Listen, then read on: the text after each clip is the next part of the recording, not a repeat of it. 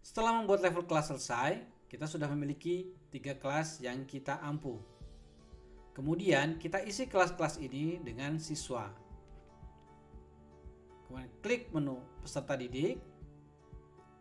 Nah, kita bisa tambahkan dengan 3 cara. Yang pertama adalah dengan tambah data manual, isi satu persatu siswanya. Yang kedua adalah import data dengan menggunakan Excel. Yang ketiga dengan cara menggunakan link data. Mari kita pelajari satu persatu.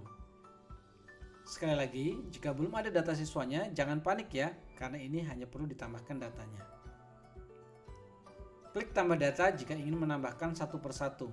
Misalnya, di sini, klik sekolahnya, klik kelasnya. Tadi kita kelasnya sudah buat 3 ya.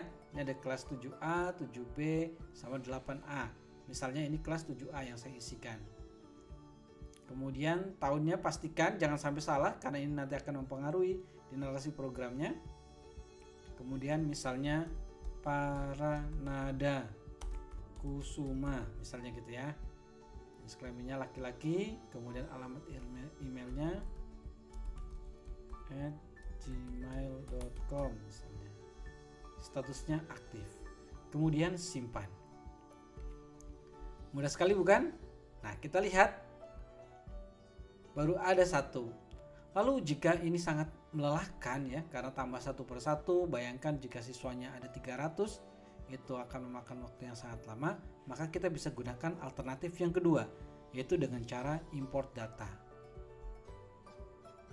Oke, jika sudah import data, maka kita bisa lakukan dengan cara pilih sekolahnya, pilih kelasnya, kemudian ganjil, lalu download belangkonya.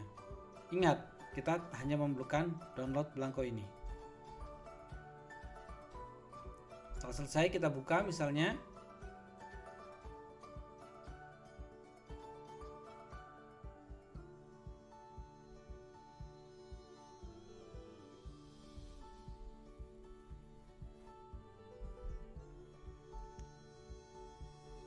Ketika mengisikan belangko, usahakan kita sudah menyiapkan data-datanya ya, sehingga tinggal di copy saja. Misalnya tinggal klik di sini lalu pastekan. Nah, yang perlu diisikan hanya nama lengkap, jenis kelamin, itu pun hanya L ataupun P saja, kemudian email.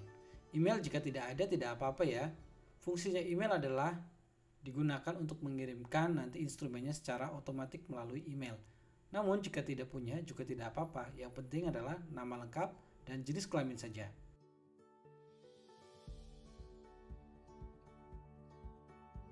Misalnya saya sudah punya data seperti ini, lalu kita tinggal pastekan saja, jangan lupa kita save.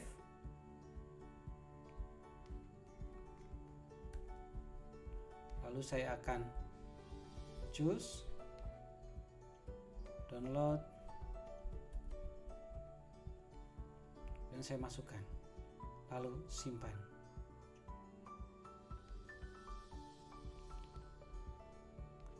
Nah, datanya sudah masuk ya. Wah, cepat sekali kan? Mudah sekali dengan cara melakukan import data. Pastikan datanya semua sudah benar ya.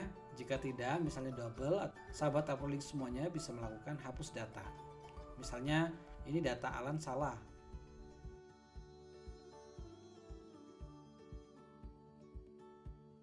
Saya tidak ingin atau double ya, maka kita bisa hapus datanya Alan.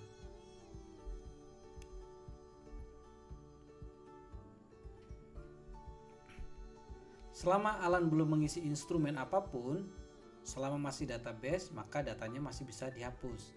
Akan tetapi, jika Alan sudah melakukan pengisian, baik Appsource maupun Appline, maka datanya tidak bisa dihapus. Yang bisa dilakukan hanya dinonaktifkan.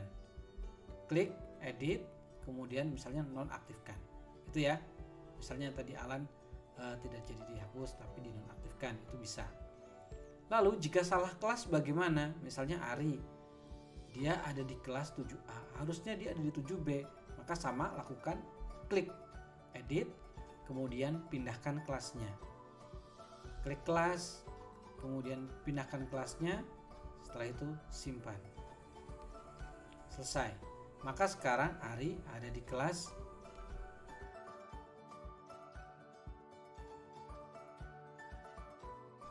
7B. Gitu ya kira-kira, mudah ya? Wah, sangat mudah sekali. Dan yang ketiga adalah cara yang paling mudah untuk mengumpulkan data. Kita tidak memerlukan import data, tidak memerlukan tambah data, namun kita hanya perlu melakukan sebar link data. Sebar link datanya, klik, copy, bagikan ke siswa, paste. Nanti di menu siswa akan terisi seperti ini. Pilih kelas, misalnya kelas 12, tahun ajarannya ganjil, kemudian namanya Sari misalnya ya, jenis kelamin perempuan, kemudian alamat emailnya misalnya tidak punya.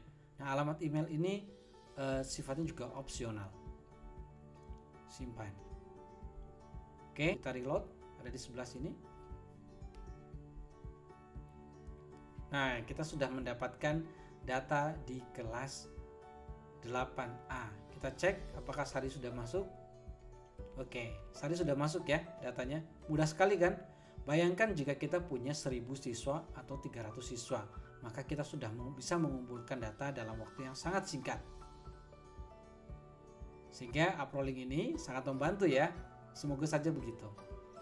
Lalu jika Sari ini menunya salah ataupun datanya salah, kita bisa cek terlebih dahulu menggunakan lihat data pelajar ini. Cek data pelajarnya. Jika tidak ada yang salah, maka oke. Misalnya jika ada yang salah, status aktifnya Sari bisa kita batalkan dengan cara klik nonaktif. Atau kita kembalikan aktivasinya dengan cara klik pada bagian ini saja, cukup. Nah, mudah ya. Nah, menu-menu seperti ini akan memudahkan Bapak Ibu dalam melakukan pembuatan data peserta didik. Lalu bagaimana solusinya jika siswa sudah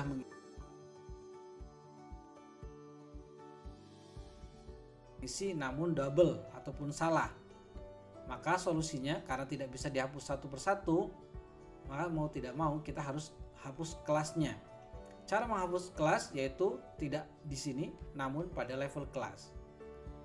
Misalnya ini ya, kelas 8A saya hapus, 8A saya hapus, kemudian hapus data, selesai, maka datanya juga akan hilang di dalam peserta didik. Namun konsekuensinya adalah laporan jika sudah dibuat maka juga akan ikut hilang ya, sehingga perlu hati-hati. Himbau bahwa untuk database, nama instansi, tahun akademik, level kelas, dan peserta didik harus dibuat dengan benar. Cukup sekian, terima kasih. Assalamualaikum warahmatullahi wabarakatuh.